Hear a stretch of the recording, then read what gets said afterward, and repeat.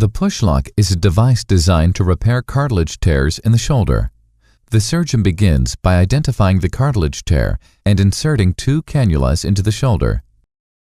A suture-passing device is placed between the cartilage, or labrum, and the shoulder socket, or glenoid.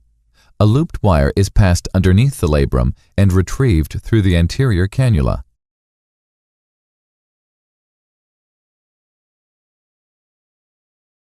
A suture is shuttled around the labrum using the wire. The suture is retrieved and a drill is inserted into the joint. The drill is used to create a bone socket on the glenoid. The sutures are fed through a knotless pushlock anchor, and the anchor is hammered into the socket, securing the labrum to the bone. Alternatively, the looped wire can be eliminated and the suture passed directly underneath the labrum.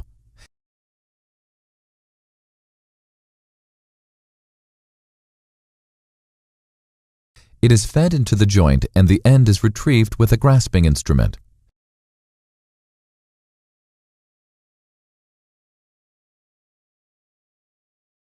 Another socket is drilled and the suture is fed through the pushlock anchor and hammered into place.